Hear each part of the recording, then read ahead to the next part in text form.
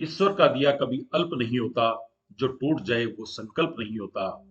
हार को लक्ष्य से दूर ही रखना, क्योंकि जीत का कोई विकल्प नहीं होता। जीत का कोई विकल्प नहीं होता। सफलता चाहने वालों को प्रतिकूलताओं से तो प्यार करना ही चाहिए। मानवीय व्यक्तित्व के संपूर्ण विकास के लिए कठिनाइयों, प्रतिकूल परिस्थितियों का होना आवश्यक है। यदि हम ऐसे मानव समाज के विषय में कल्पना करें कि वे इस स्थिति में पहुंच गए हैं जहां अब कोई कठिनाइयां नहीं रही, तो मेरे विचार से ऐसे वातावरण में मनुष्य का विकास रुक सा जाएगा और जीवन आकर्षण रहित रह जाएगा। ऐसी स्थिति में भविष्य में प्रतीक्षा योग्य कोई बात नहीं रह जाएगी। इस बात को यूं भी समझ सकते हैं कि अगर किसी खेल का रिजल्ट हमें पहले से ही पता हो कि रिजल्ट क्या रहने वाला है, तो इस खेल को देखने का कोई औचित्य नहीं रह पाएगा। ऐसे खेल में नए खिलाड़ियों की खेल का ज्ञान व धैर्य की सही परीक्षा हो सकती है। वस्तुतः हम सौभाग्यशाली हैं कि हमारा जीवन कष्ट कठिनाइयों से भरा पड़ा है, उतना सरल नहीं है। बहुत से लोग कठिनाइयों से बचने के लिए अपना काम बनाने हेतु अनेक तरीके अपनाते हैं, पर प्राय देखा यही जाता है कि अंततः उन्हें निराशा ही हाथ लगती है। सही तरीके से प्राप्त की गई सफलता हर जगह सराही जाती है, क्योंकि इसमें सफलता प्राप्त करने वाले की लगन का परिचय मिलता है। यही लगन उसके चेहरे पर सफलता की क्रांति लाती है। विचारों और कार्यों का स्तर सुनिश्चित होना चाहिए, तभी सफलता का मार्ग खुलता है। दूसरों का समर्थन सहयोग भी प्राय उन्हीं को मिलता है जो दृढ़ निश्चयी और प्रयास में हर समय लगा रहता है। दृढ़ निश्चय से लगातार कार्य करने वाले को सफलता मिलना सुनिश्चित है, जैसे एक ही जगह गहरा खड्डा खोदने वाले को पानी मिलना सुनिश्चित है, बजाय जगह जगह छोटे छोटे खड्डे को खोदना।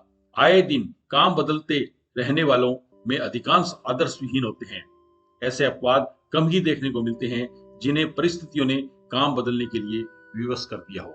जैसे कोरोना काल के दौरान बहुत से मानवों ने आपदा को अवसर में बदलकर अपना व समाज का उद्धार किया। चंचल व अधूरे मन से किए जाने वाले काम प्राय असफल ही होते हैं। इसके दो मुख्य कारण हैं। पहला, सैद्धांतिक अपरिपक्वता। सैद्धांतिक अपरिपक्वता ही चंचलता का प्रमुख कारण है। यानी जिन्हें कार्य के प्रति आधा अधूरा ज्ञान होता है, वह मानव उस कार्य में जल्दबाजी दिखाता है और अंततः असफलता ही हाथ लगती है। अधगगरी छलकर जाए वाली चरितार्थ होती है। दूसरा, ओछे व खोटे काम मन में विश्वास ही नहीं जगने देती कि कार्य में सफलता मिल जाएगी, और यदि मिल भी जाएगी तो सराही जाएगी या नहीं। यही कारण है कि ओछे मनोरथों से प्रेरित कार्य सदा कार्य करने वाले को अविश्वासी बनाए रखती है। ऐसे कार्य करने वाला पूर्ण मनोयोग से काम को कर ही नहीं पाता, अतः उसे पूर्ण व सही सफलता मिलना मुश्किल है। बगीचे में लगे कोमल पौधे जरा सी सर्दी या गर्मी पाते ही मुरझाने लगते हैं और दम तोड़ने लगते हैं। इसके विपरीत ऊंचे पर्वतों और रेगिस्तानों में उगने वाले पौधे कठिन परिस्थितियों में भी भली भांति अपना अस्तित्व बचाए रखते हैं। यानी कि जिन्हें अभावों, प्रतिकूलताओं का सामना करना पड़ता है, वे अपने भीतर ऐसी क्षमता विकसित करते हैं जो कठिनाइयों का सामना करते हुए अपने अस्तित्व की रक्षा कर सकने में समर्थ हो सकते हैं। बर्फीले पर्वतों पर उगने वाले पेड़ों का उस तरह पाला नहीं मारता जैसे मध्यम ताप वाले प्रदेशों में तनिक सी ठंड बढ़ते ही उनका सिकुड़ना और सूखना आरंभ हो जाता है। रेगिस्तान के सूखे इलाकों की तपती बालू और पानी की कमी में भी कैक्टस आदि कंटीले पौधे भली प्रकार से हरे भरे बने रहते हैं।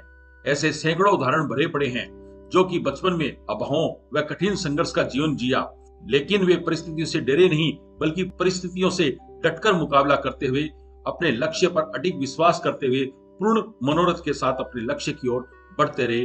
परिणामतः आज अपने क्षेत्र में सफल व्यक्तित्व की धनी है।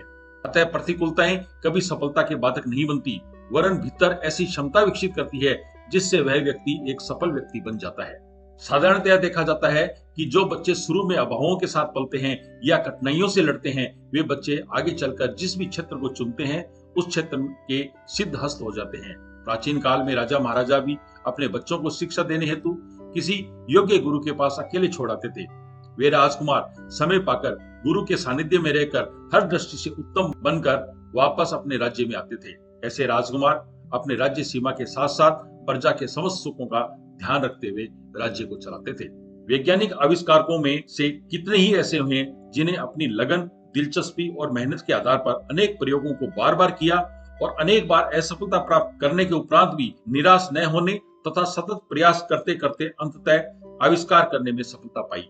प्रयत्नशील प्रकृति का व्यक्ति ये शिकायत करते हुए कभी नहीं सुना गया कि उसे इसलिए पिछड़ना पड़ा कि परिस्थितियां उसके अनुकूल नहीं थी।